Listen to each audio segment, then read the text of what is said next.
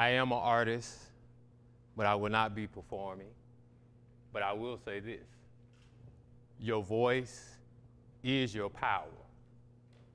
That is something Real Life Poets say every time we do a spoken word poetry workshop with our youth. Right? Matter of fact, I think one of our board members, and he's an educator, Al Elliott, says it best. He said, poetry, when in schools, that is one of the few times they have an opportunity, students know that whatever they get up and share, it is the right answer. This rarely happens in schools, if ever. So I want you all to just imagine if we gave our young people the tools to actually discover self, giving them the power to understand that their words, their thoughts, their feelings have value. See, this is more than just about becoming performers or entertainers. It's about giving them the keys to unlock what is already inside of them, to help them build that self-esteem, to let them know it's okay to share an original thought and it be okay. But also on the flip side of that, to help them understand that not everyone will agree with that thought. Huh? That, my friends, is exactly what spoken word poetry and the arts has the ability to accomplish. I've witnessed it from the foster care system to the public and private school sectors to the juvenile drug court. The aim and the results were the same: empowering our youth. Matter of fact, I want you all to think about this, the arts in a whole different way, okay? Our country was founded on words. You all remember the Constitution, right? But before they wrote anything down, our founding fathers got together and debated and talked about it all in a constitutional convention. That's spoken word, right? So you cannot tell me that words do not have power. Right? Matter of fact, no one knew who Barack Obama was until he gave a very powerful speech at the Democratic Convention.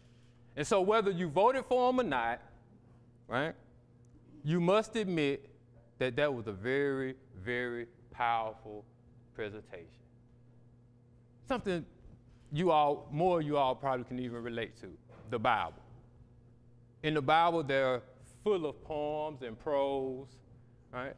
And that influences our everyday life, from how people deal with marriage, to how people start court, to how a lot of people celebrate their holidays. So spoken word poetry is more than something you do in the middle of the night in your spare time when you're deep inside of your feelings, right? It is truly, truly the foundation of real life, right? Last year, we was able to form a group of young people together, and we took them to an international team poetry competition, right? And we went there truly feeling like we were out of our league against all these other veteran teams. Because the only thing our young poets were armed with, their only weapon was the ability to articulate their truth. And in the end, that ended up being enough, because they finished top 20 in the world their first time competing, right? But it was bigger than that. Those young people left as leaders, as better people. And that is the aim, that is the goal, right?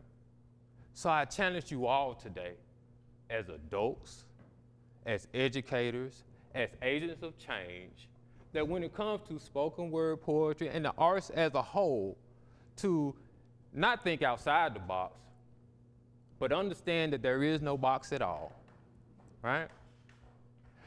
Insanity, by definition, is repeating the same action, expecting a different result, right? So I propose that we stop disproportionately funding these programs that continue to perpetuate the problem and start investing in a lot of these alternative programs that is proven effective, right? That is proven effective, but all we need is the funding and the support to have a greater impact on a much larger scale, right? I think as a society, as a community, as a whole, I truly feel like we can really destroy that myth that a child should be seen and not heard. Word.